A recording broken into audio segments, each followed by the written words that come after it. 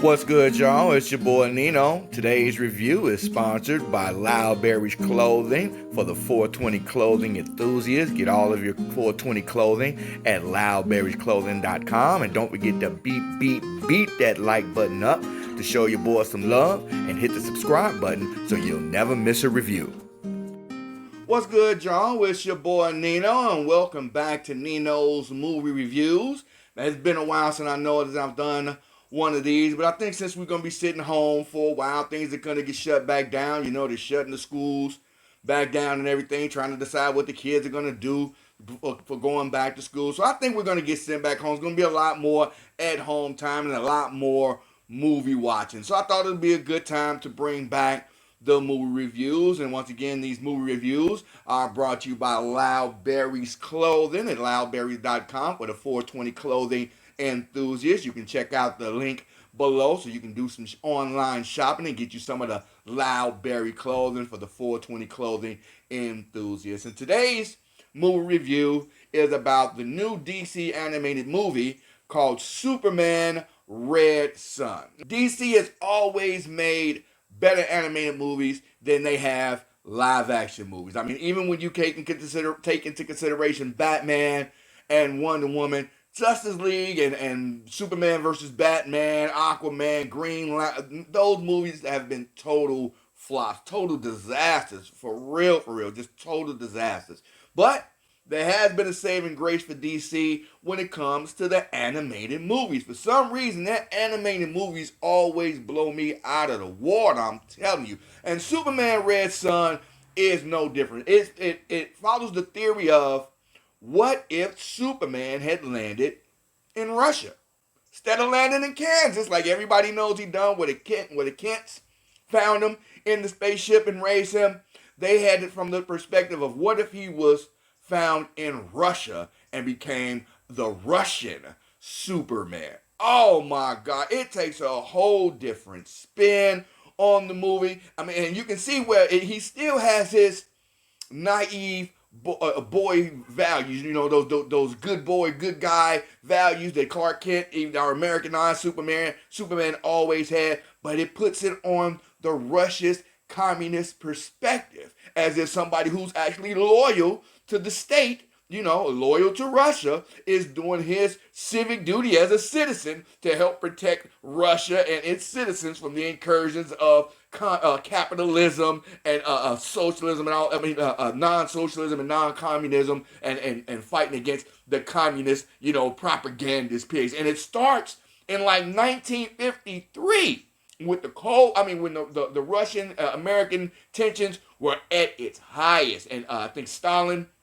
was in power on the Russian side. Kennedy wasn't not I think who was before Kennedy, was it was who was before the president, right before Kennedy? Whatever the president was right before Kennedy, but it followed the timeline from like 1953 all the way up to like 1983. And then you see Superman, he ends up taking over Russia from Stalin. Not gonna tell you how he does it, but man, I'm telling you, the story. If DC would just follow the storylines of their cartoon, their animated series, and just flow them directly over into their, you know, live action movie, those live action movies would be great. I mean, they just seem to be trying to cram in so much of a storyline to try to catch up with Marvel's live action movies, to try to get up in like to modern day timelines and stuff. I think that they just rushing and cramming too much stuff together. Bad CG, rush projects.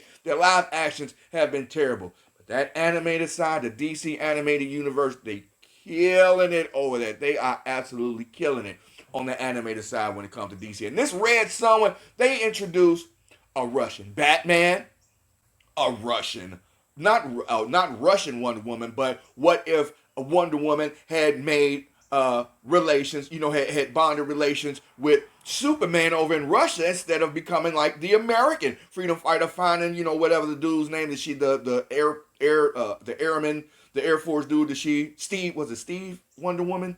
Found whatever Wonder Woman's boyfriend name was in the main DC storyline. She's now kind of falling for Russian Superman against the wishes of her mother Apolloda. Apolloda doesn't want her to have anything to do with it. She really doesn't like, the world of men. We're nothing but destroyers. We plunder, we pillage, we lie, we deceive. So they still don't want anything to do with man's world. But Wonder Woman, being she's supposed to be the goddess of hope, I guess, and Superman is like the embodiment, still supposed to be the embodiment of hope, but he's hope for the Russian people now. And I mean, he kind of, you can see him kind of get twisted a little bit in his power, because, every storyline that they have Superman in, other than the main DC storyline, he always ends up like going rogue and going crazy. It's like the Injustice storyline, and ends up trying to take over the world some kind of way.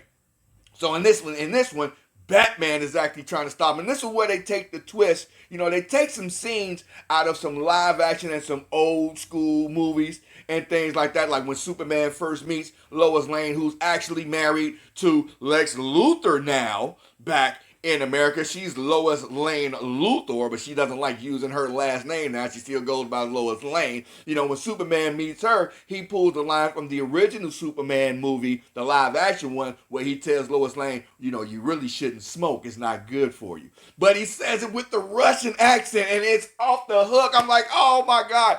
And then they got Batman. When the Russian Batman comes in, he's more like the I wouldn't say Dawn of Justice, but more like the Batman versus Superman version of Batman, where he's actually trying to take down Superman. He sees Superman as a threat. He's holding up the communist propaganda party. He tries to, he blows up some buildings. He's more of a terrorist, a radical terrorist style freedom fighter. Not the Americanized Batman. Americanized Batman swore vengeance, not to kill, but he'll bring you to justice.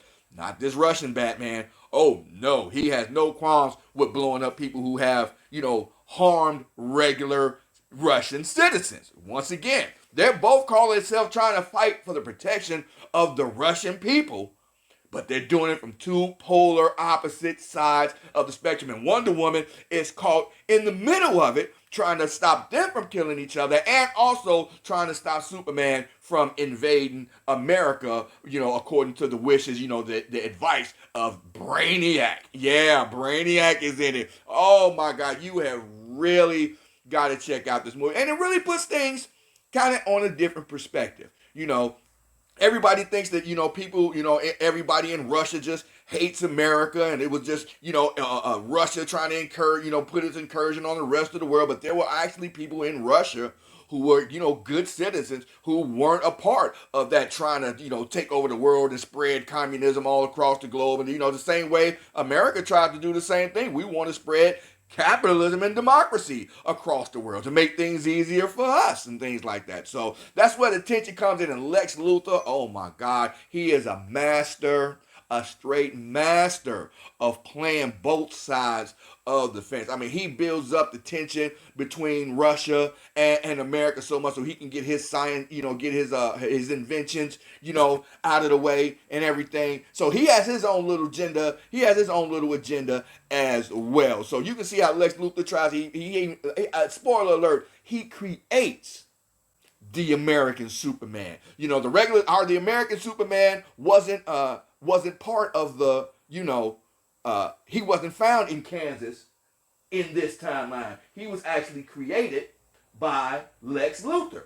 That's the symbol. That's, oh my God. Look at the symbol. Look at the symbol on his chest. Man, see how they twisted the symbol and put the Russian symbol inside of the Superman triangle. Oh my God. This is where he's carrying the girl. This is where he finds out about the Russian gulags that were going on back in the day, where they had prison camps, internment camps, and anybody who was against the state, against the Communist Party, against Stalin, they got put in those internment camps and in those, mining facilities and things like that. And the girl who actually saved him when he was a kid, before his powers developed, that's, the girl he's rescuing now and bringing out of that Stalin. And that's when the whole twist starts going down. You start seeing Superman start his perspective on the world start to change. That old, the good boy, naive boy starts to wipe away, and he gets a little bit more dark. You see him becoming more like Injustice. Superman, where he's mad, he's been lied to, but now he's gonna make the world in his own image. Oh my God. And it's a great storyline, and I just really wish that DC would stick, if they would just take your animated movie storyline, take your animated movie storylines and put them directly into the live action. Don't change anything. Don't add anything to the script, because whoever's writing your scripts for those animated movies, man, they doing a bang up job. This movie had me watching it all the way through. I'm like, wow.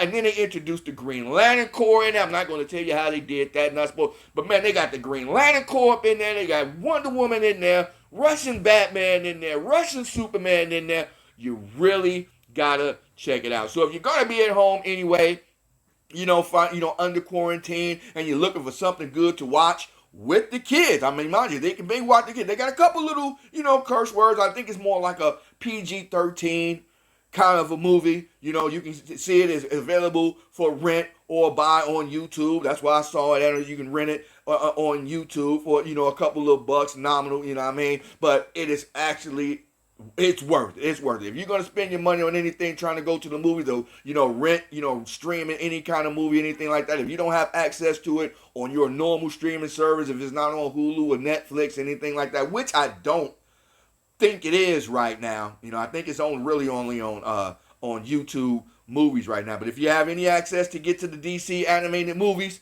check out Superman Red Son. I'm telling you, it's better than any other DC live action movies any day. It's not just a cartoon for kids, So thanks for watching. I'm bringing back the movie reviews. We're going to do one every Wednesday. I put a post up on, on our Facebook page on whether or not would you pay $30 to stream a new release movie if it comes out at home. Because the movie theaters aren't going to be opening back up like that for a while, especially with, social separation and all this COVID-19 flare-up is still going back. They're still trying to figure out what to do with the kids. So movie theaters are really not going to be opening back up in full swing. So they're Disney and a couple other companies are trying to offer you the opportunity to stream new release movies when they open up live at the house for $30. That way, and you can watch it multiple times.